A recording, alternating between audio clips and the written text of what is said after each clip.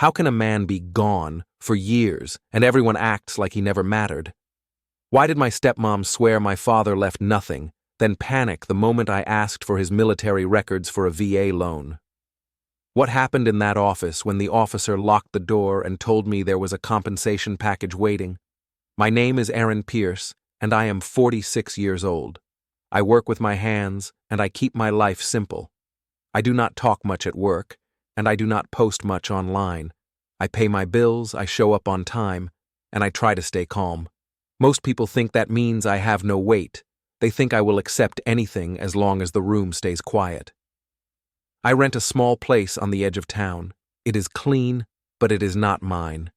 The kitchen window looks at a parking lot. The heater makes a clicking sound at night. I have lived like this for years because it felt safer than hoping for more. I did not want to chase dreams. I wanted stability. At my job, the new guys talk loud. They talk about trucks, vacations, and buying houses. They compare interest rates like it is a sport. I usually keep my eyes on my food and let it pass. But one morning, the talk hit a nerve. A younger coworker said he was closing on a home next month. Another said he used a program through his family service history. They looked at me and asked why I was still renting. I told them I was fine. I said renting was easier. I said I did not like stress. I said it in the same calm tone I use for everything. They nodded, but their faces showed a quiet kind of pity. One of them said I looked like a man who never asked for what he earned. He did not say it with hate. He said it like a fact. That day, on the drive home, I thought about my father. He was gone when I was still young, and the family treated his name like a closed door. People in my family said he left no help behind. They said there was nothing to claim, nothing to discuss, and no reason to ask questions. For years, I accepted that story because it was easier than pushing against it. But now, the idea of owning a small home felt like something I could do without begging anyone. I remembered hearing that a VA loan sometimes uses family service records. I did not know the details. I only knew it was a path I had never tried. The next week, I went to a local credit union during my lunch break. The branch smelled like copier paper and hand soap. The lobby was quiet. A screen on the wall played a loop about savings and planning. A loan officer named Ms. Patel called my name and led me to a small desk. She asked basic questions. She asked my income, my rent, my debts, and what kind of home I wanted. I kept it simple. I said I wanted a small house, one I could pay down slowly, one that would not sink me.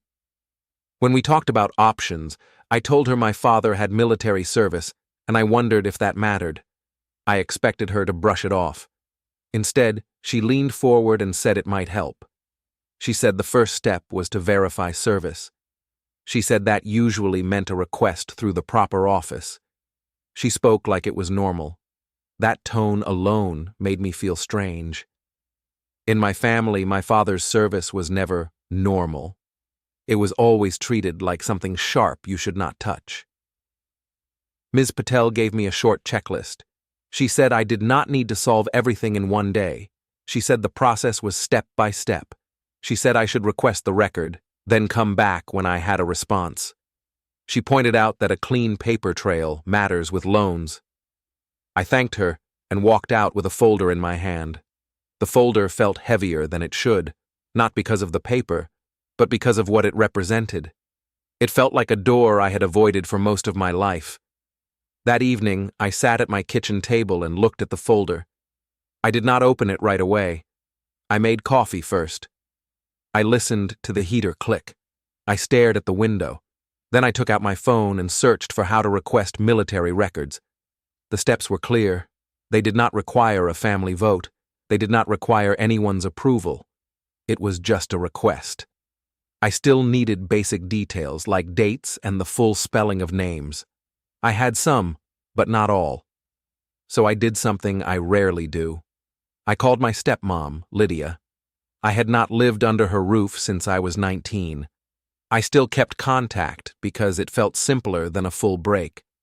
When you grow up in a family that controls the story, you learn to accept short calls and careful words. Lydia answered after a few rings. Her voice was calm, the kind of calm that makes you feel like you are already wrong. I told her I was working on a home loan and I needed a few details about my father's service. I said it in the same tone I use at work when I ask for a tool or a schedule. I tried to make it sound normal. She did not treat it as normal. She told me I should not waste time. She said my father did not leave anything useful behind. She said I was digging for trouble. She said that if I had focused on my own life earlier, I would not be behind now. She did not use loud words, but every line had a sharp edge. She asked why I could not just move on like everyone else. I told her I understood. I said I only needed dates. I said it was a simple request for a loan. She said she did not have time for it and that I should stop chasing shadows. Then she asked me, in a tone like she was teaching a lesson, what I thought I would gain by reopening old stories. I did not answer that part. I simply asked again for the spelling of his middle name. She gave it, but with a sigh, like she was doing charity work. Then she told me not to bring this up again. She said my half-brother and half-sister were doing well because they did not live in the past. She said I should learn from them. Then she ended the call. I sat with the phone in my hand for a moment after it went quiet. I felt the old, familiar feeling in my chest. It was not anger. It was that heavy, trained feeling of being small in someone else's house, even when I was not there. I reminded myself that a request form does not need Lydia's permission. I filled out the information I had and left the parts I did not know for later. 2 days later, I got a message from my half-brother, Colin. He did not ask how I was doing. He did not ask why I was calling Lydia. He told me Lydia mentioned I was trying something again, and he said it sounded like I was looking for money. He said I always had a way of bringing stress into the family. He told me to stop embarrassing Lydia with my questions. I read his message twice. Then I set my phone down and did not reply. That is how I have survived most of my life. If I stayed quiet, they ran out of fuel faster. If I argued, they called it drama. If I defended myself, they said I was sensitive. Silence was the only move that never gave them a clean target. That weekend, Lydia invited everyone to her house for an early dinner. She did not invite me directly. She sent it in the family group chat like it was for all of us. I hesitated. Then I decided to go. I told myself I would stay calm, eat, and leave. I told myself I would not bring up the records again. I only wanted to gather details quietly and keep the peace. Lydia's house looked the same as always, neat and staged. The living room smelled like scented candles. The photos on the wall were arranged like a display. Most of the photos showed Lydia with Colin and Renee. I was in one older photo, in the corner, like an extra piece of furniture. It was a small thing, but it matched the pattern. I was present in the family only when it helped the picture. During dinner, Colin talked about his recent raise. Renee talked about a trip she wanted to take. Lydia smiled at them the way people smile at winners. Then she looked at me and asked how my little rental was doing. She said it in a sweet voice. Everyone heard it. I nodded and said it was fine. I kept eating. A few minutes later, Colin asked with a grin if I was still doing that records thing. Lydia acted surprised, like she had not told him. Then she sighed and said she wished I would stop chasing old stories. She said my father was gone and that the past was closed. She said some men never learn to stand on their own and they keep looking for someone to carry them. She did not call me names. She did not need to. Her meaning was clear. I felt heat in my face, but I kept my hands steady. I put my fork down. I said I was only applying for a loan and following a normal process. Lydia said it was not normal in this family. She said it made her look bad. She said it made it seem like she hid something. Then she looked around the table and asked, like she wanted agreement, why I could not just be grateful for what she had done. Colin laughed and said I always wanted attention. Renee did not laugh, but she did not defend me either.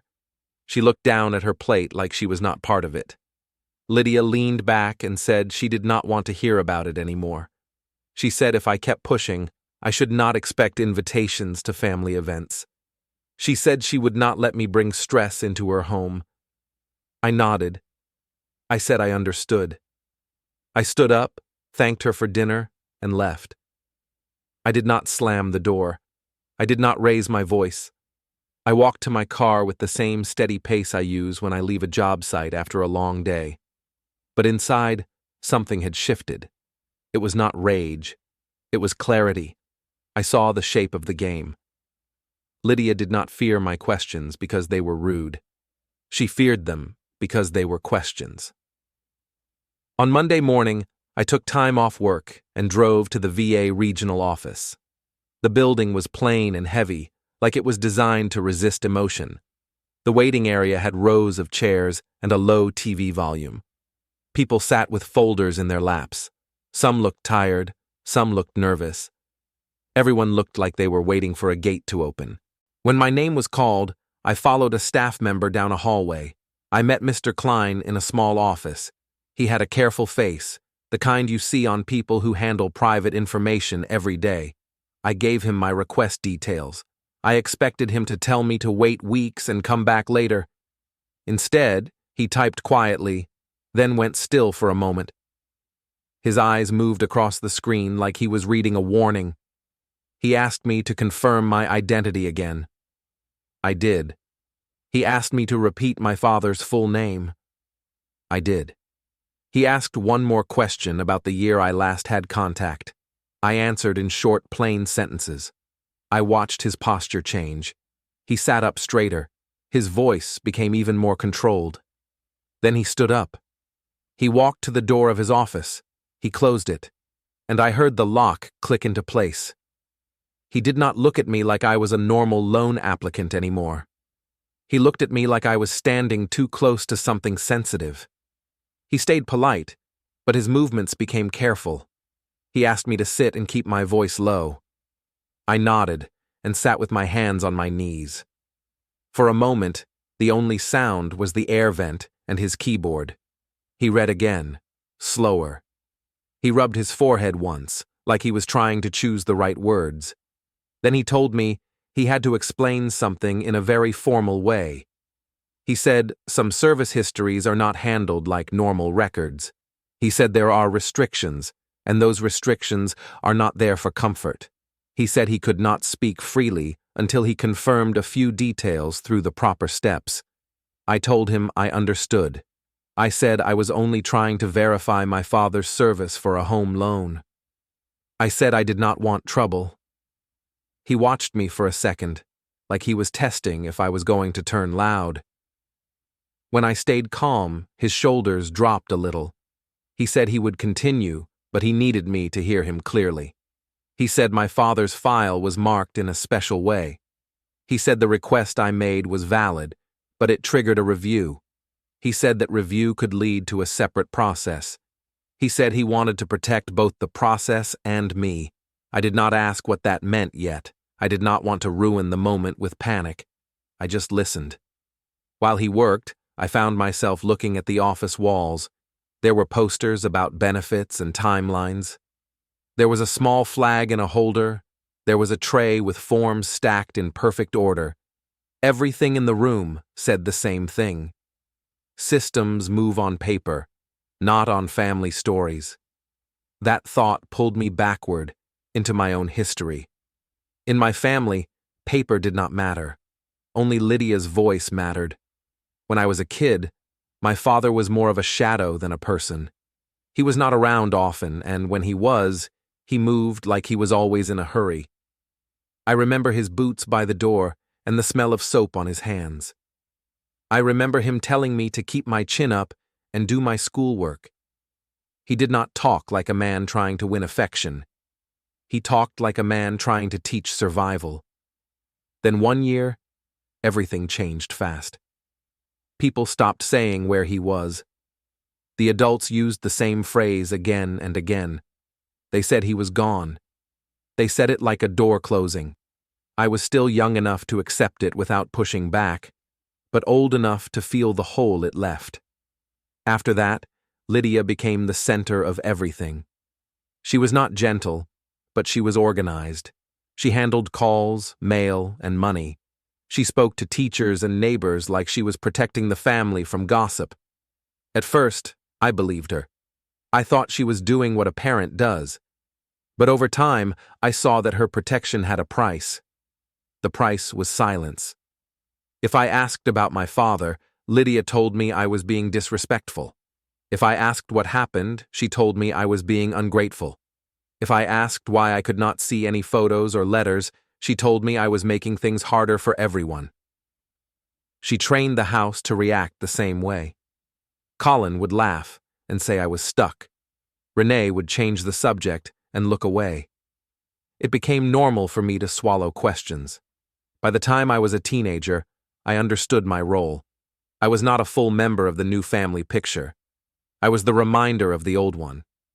Lydia did not say that directly, but she acted it every day. She bought new furniture and repainted rooms. She replaced framed photos.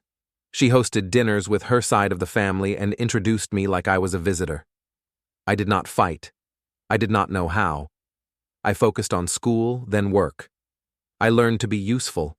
I washed dishes, mowed lawns, carried boxes, and kept my mouth shut. I thought usefulness might earn me a place.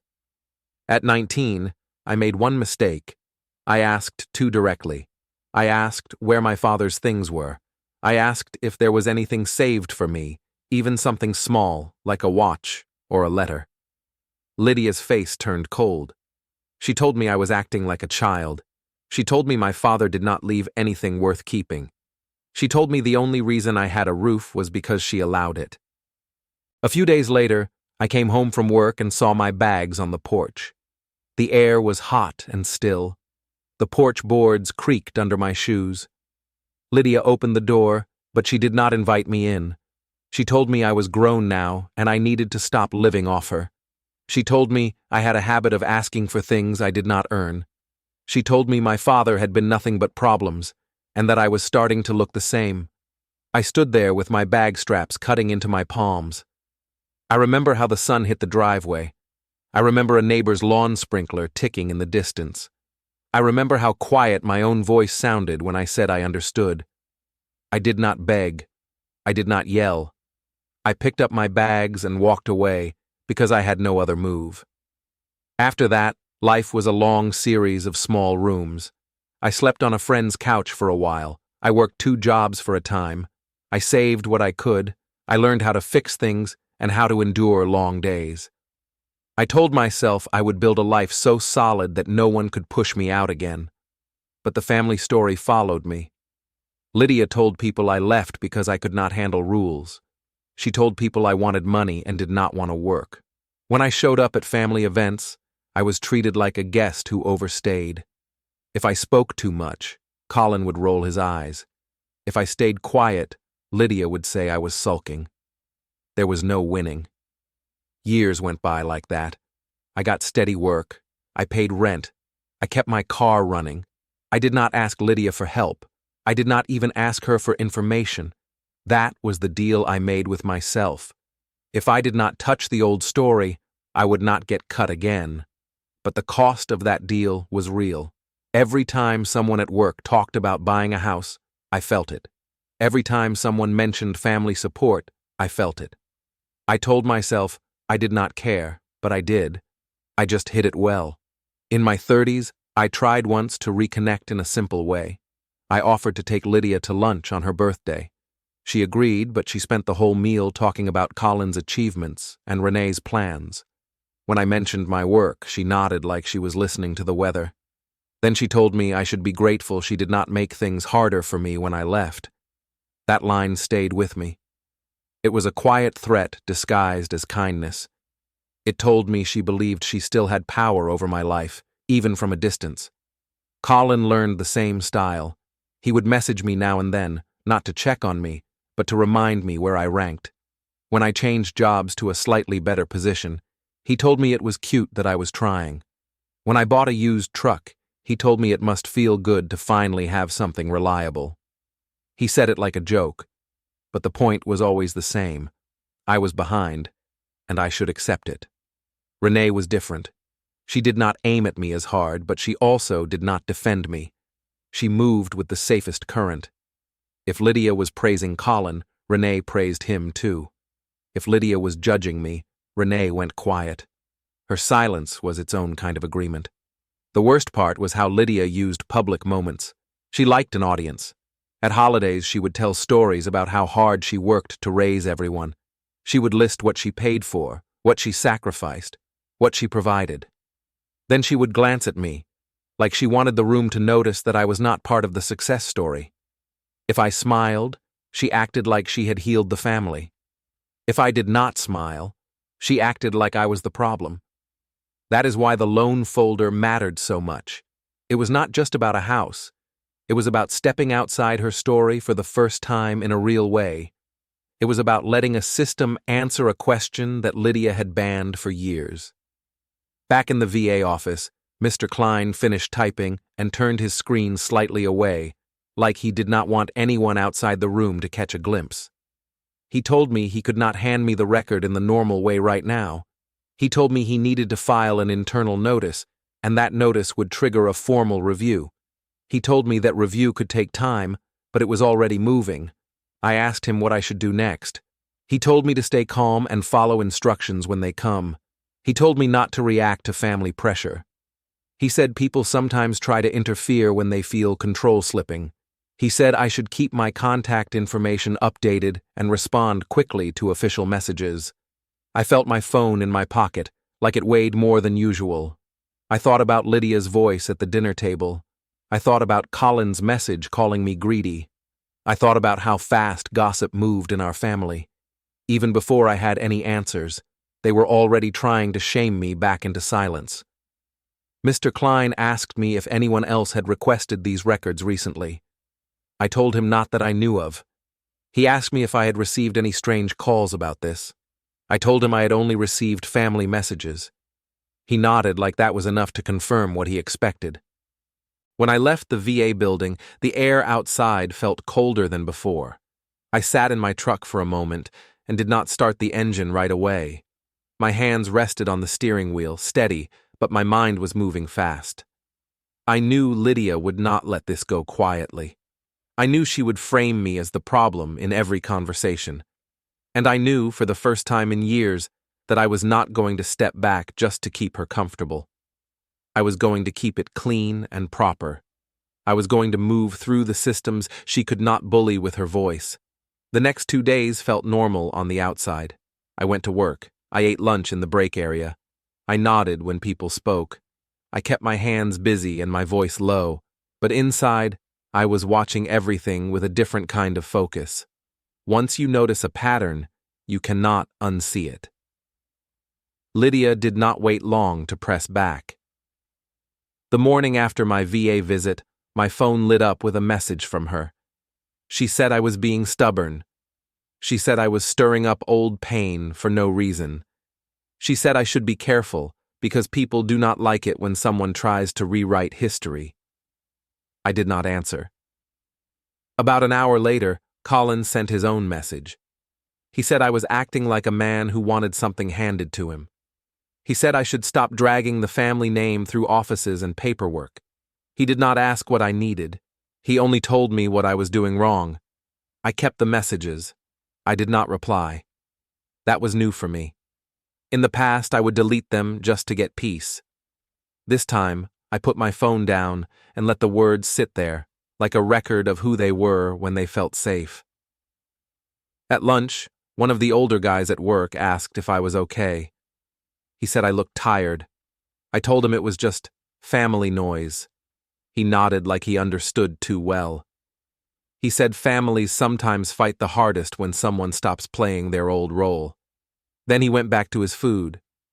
That line stayed with me the whole afternoon. My old role was simple. I was the quiet one.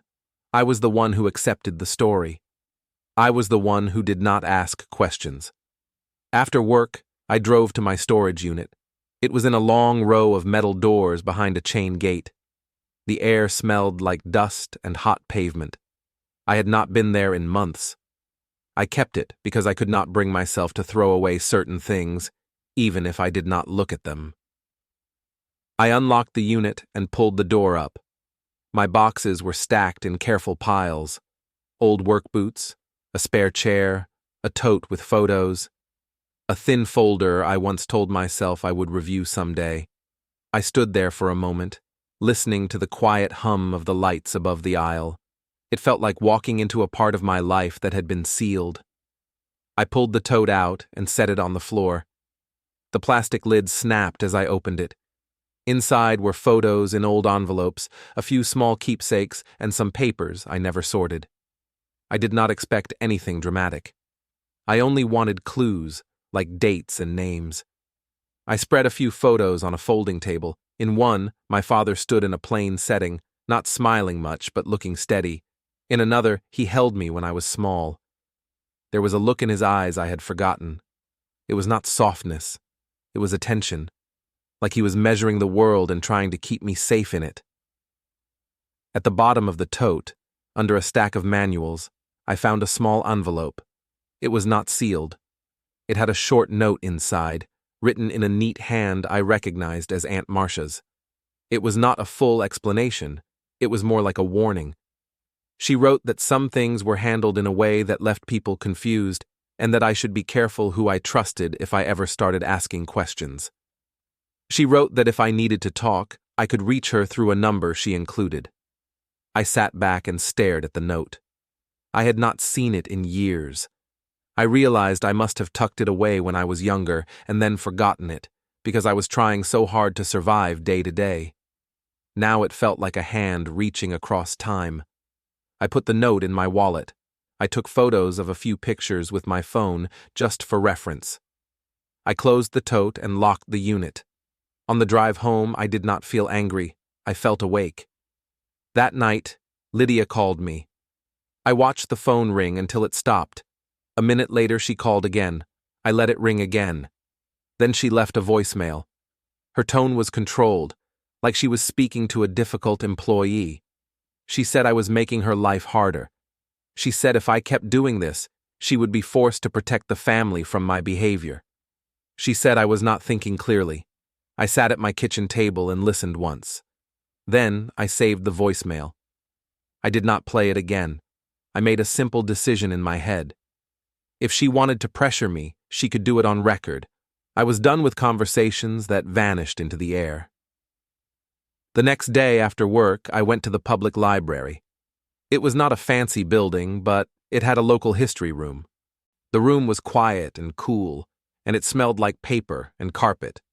A librarian showed me how to use their search computer for archived local newspapers and public notices. I told her I was researching family history. She did not ask more. I searched my father's name. At first, nothing came up. Then I tried variations, different initials, different spellings. A few items appeared, small mentions that did not explain anything but still mattered. A community notice, a short article about a local ceremony, a mention connected to a group I did not recognize. The pieces were not clear, but they all pointed in the same direction. My father's life was not as empty as Lydia claimed. It was simply hidden behind a wall of silence. I did not print anything. I did not want to look like a man who was building a case in a public room. I took notes in a small notebook. Date, source, keyword. That was it. Simple, boring, disciplined. As I wrote, I noticed my hands were steady. I was not shaking. I was not spinning out. That surprised me. For years, the subject of my father made me feel like I was walking on thin ice.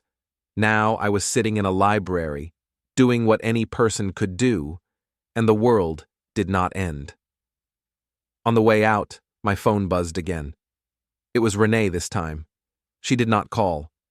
She sent a short message asking if everything was okay. It was the closest thing to concern I had gotten from her in a long time.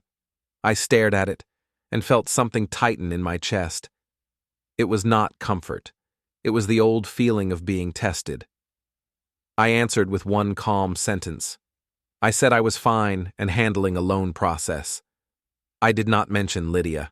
I did not mention the VA. I did not mention the library. Renee replied with a single word and then went quiet again. That evening, I called Aunt Marcia using the number from her note. She answered like she had been waiting for the call for years. Her voice softened when she said my name. She asked if I was safe. That question alone told me a lot. People do not ask that unless they remember something sharp. We agreed to meet at a diner off the highway the next afternoon. It was a place with worn booths and steady coffee. It was neutral. It was not Lydia's territory. When I arrived, Aunt Marcia was already there, sitting with her hands wrapped around a mug. She looked older than I remembered. Her hair was gray, pulled back in a simple clip.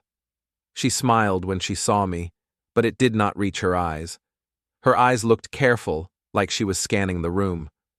We talked about small things first: work, weather, the price of groceries. Then she asked why I called. I told her the truth in plain words. I said I was trying to verify my father's service for a home loan. I said the VA office reacted in a way I did not expect. I said Lydia was pressuring me to stop asking questions. Aunt Marcia's mouth tightened.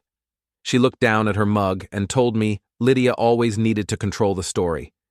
She said that after 2008, people were told to stop asking certain questions. She said the family was pushed into silence, and those who did not obey were treated like troublemakers. I asked her why. She shook her head slowly. She said she could not give me every detail, not because she did not want to, but because she did not know everything herself. She said my father's life had parts that were handled through formal channels, and the family was never given the full picture. She said Lydia used that gap to create her own version of events. I asked if my father left anything. Aunt Marcia hesitated, then said she believed there were benefits and paperwork that should have been handled with more care. She said she remembered arguments about forms and signatures, and she remembered Lydia insisting she knew best. She said she also remembered people telling her to stay in her lane, like she did not have the right to ask. I did not ask her to accuse anyone. I did not ask her to choose sides. I only asked for what she could give me without guessing. She gave me two useful things. First, she gave me an approximate timeline of when Lydia started controlling mail and accounts. Second, she gave me the name of a family friend, Deacon Ellis, who knew my father before everything went quiet. She said he might remember details that were not based on Lydia's version. Before we left, Aunt Marcia reached across the table and touched my hand for a moment. She told me to stay calm. She told me not to confront Lydia directly. She said Lydia was strongest in the living room and weakest in places that run on procedures. She said if I kept it proper, the truth would have room to breathe. I nodded. I thanked her. I paid for the coffee, and she did not argue. When I walked out, the sky was low and gray, and the parking lot was wet from a light rain. I sat in my truck for a minute and watched water slide down the windshield. The clarity came then, quiet and simple. I understood that I did not need to win an argument. I did not need to prove anything with my voice. I only needed to build a clean timeline and let systems do what they do when facts are placed in order. That night, I went home and cleared my kitchen table. I took out a fresh folder and a notebook. I wrote dates I knew. I wrote names I trusted. I wrote questions that needed answers. I placed Lydia's messages and the saved voicemail in one place on my phone and backed them up. Then I made coffee and sat there until the heater clicked again.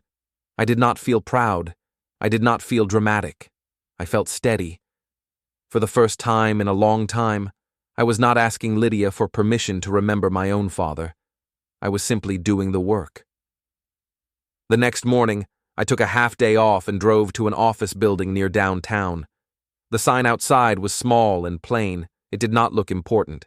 Inside, the air smelled like old coffee and printer paper. I sat in a waiting chair and watched a clock move one slow step at a time. The attorney, Nora Vance, came out to greet me. She looked tired in a normal way, like someone who sees problems all day and still stays steady. Her handshake was firm. She led me to a small room with a desk, 2 chairs, and a shelf of thick books. I noticed everything was clean and simple. It felt like a place where feelings are not the main thing. She asked why I was there. I told her I was applying for a home loan, and I requested my father's service record. I told her the VA office reacted with unusual care. I told her my stepmom was pressuring me to stop. I kept my voice calm and plain. I did not add drama. I did not guess about motives. I only said what happened and what I saw. Nora listened without interrupting. She asked short questions. She asked for my father's full name and the year he was gone. She asked who controlled the family home after that and who handled mail. She asked if I had any saved messages from Lydia and Colin. I told her I did, and I said I was keeping them because I wanted a clear timeline. She nodded, like that was the right move. She said families can control a story for a long time, but paperwork does not care about family stories. She said my job was to stay calm and let the process work. She said I should not argue with Lydia or try to corner her in a living room. She said if I was drawn into emotional fights, the focus would shift away from facts. She said the best protection is to be boring and consistent. I told her I understood. I said I did not want revenge or chaos. I said I wanted clarity and a fair outcome. Nora said that was exactly the right frame. She said that if there was something to correct, the correct way would show itself through institutions, not through family pressure. She told me to keep every message, every voicemail, and every note about dates. She told me to write down when Lydia contacted me and what she said. She told me to keep my tone steady, even if they tried to push me. When I left Nora's office, I felt lighter, but not because anything was solved. I felt lighter because I finally had a structure. In my family, everything was emotion and control. In Nora's office, everything was steps and records. On my way back, I stopped at the credit union. Ms. Patel had a small office with a window that looked out at a parking lot. She greeted me like I was a normal customer, not a problem. I told her the VA office said my request triggered a review and might take time. I told her I did not want to rush, but I wanted to keep the loan process moving in the right order. She said that was fine. She said some files take longer, and that does not mean it will fail. She said the best move was to keep my finances clean and avoid sudden changes. She said I should not take on new debt, and I should keep my savings steady. She said that if I received an official response, even a partial one, I should bring it in. I asked her if she had seen cases where families fought over records. She did not answer directly, but she said, people act strange when paperwork brings up old stories. She said the loan process is simple, but people around it can become difficult. She said I should focus on my steps and let others handle their feelings. That line matched what Nora told me. 2 different professionals, 2 different places, same advice. Stay calm, stay clean, stay in the process. When I got home, I sat at my kitchen table and opened my notebook. I wrote the date. I wrote Nora and Ms. Patel. Then I wrote short bullet points. Keep messages, avoid arguments, follow official instructions. I kept the words simple. I did not write my opinions. I wrote actions and dates. It felt like building a small wall around my mind. That night, Lydia did not call. She did something she liked more. She used the group chat. A message popped up in the family thread. Lydia wrote that she was planning a family appreciation night at the community center in 2 weeks. She said it would be nice for everyone to come together. She said she wanted photos, a short speech, and a toast to family strength. She used warm words, but I could read the purpose. Lydia liked settings where she could speak and be seen. Colin replied right away with excitement. Renee replied with a heart symbol. Then Colin added another message aimed at me without using my name. He wrote that some people should not bring old drama to a nice event. He wrote that if someone had issues, they should handle them privately instead of causing stress. I stared at the screen and felt the old pull. The old part of me wanted to defend myself. The old part of me wanted to write that I was not causing anything. The old part of me wanted to explain. I did not do it. I put the phone down and let the silence sit. The next day at work, I stayed focused. I did my tasks. I helped the new guy without acting like it was a favor. When the loud talk started again in the break area, I did not join it. I noticed, though, how often people measure themselves by noise. The loudest voice often wins the room, even when it has no depth. On my lunch break, I stepped outside and called Deacon Ellis. Aunt Marcia had given me his name and number. He answered with a cautious tone at first. I told him who I was and why I called. I said I was trying to verify my father's service record for a loan, and I was trying to build a timeline of basic facts. I did not ask him to accuse anyone. I asked him if he remembered my father, and if he remembered anything about the year everything changed. Deacon paused for a long moment. Then he said he remembered my father as a quiet man who did not ask for praise. He said he remembered people in town being careful about what they said later, like they were following an unspoken rule. He said Lydia took charge fast and made it clear that questions were not welcome. He said he did not know the full truth, but he knew the silence was not natural. I thanked him. I asked if he would be willing to speak again if needed, through proper. That afternoon, Mr. Klein called from the VA. His voice was measured. A formal appointment was set. I should arrive early with ID. I thanked him, asked nothing more. That evening, Lydia texted, "Come to the appreciation night. Behave. Don't embarrass the family." I saved it, didn't reply. I attended anyway. The community center glowed under bright lights, banner proclaiming family strength. Lydia worked the room masterfully. Hugs, smiles, speeches about sacrifice and loyalty, veiled barbs about those who rewrite history. Eyes flicked toward me. I stayed calm, ate slowly, gave no reaction. Colin toasted her heroism. Photos flashed. I left quietly before dessert. Monday, the hearing. The room was stark. Flag, bench, fluorescent hum. Lydia entered confident, Colin smirking, Renee nervous. Mr. Klein sat with a thick folder. He outlined the restricted file, misdirected benefits, forms signed by Lydia routing everything to her. A compensation package, substantial, had sat frozen for years, flagged by my loan request. The judge ordered full accounting, correction of beneficiary records, repayment if warranted, and no interference. Lydia paled. Colin's grin vanished. Renee stared at the stamped order. I spoke only when asked.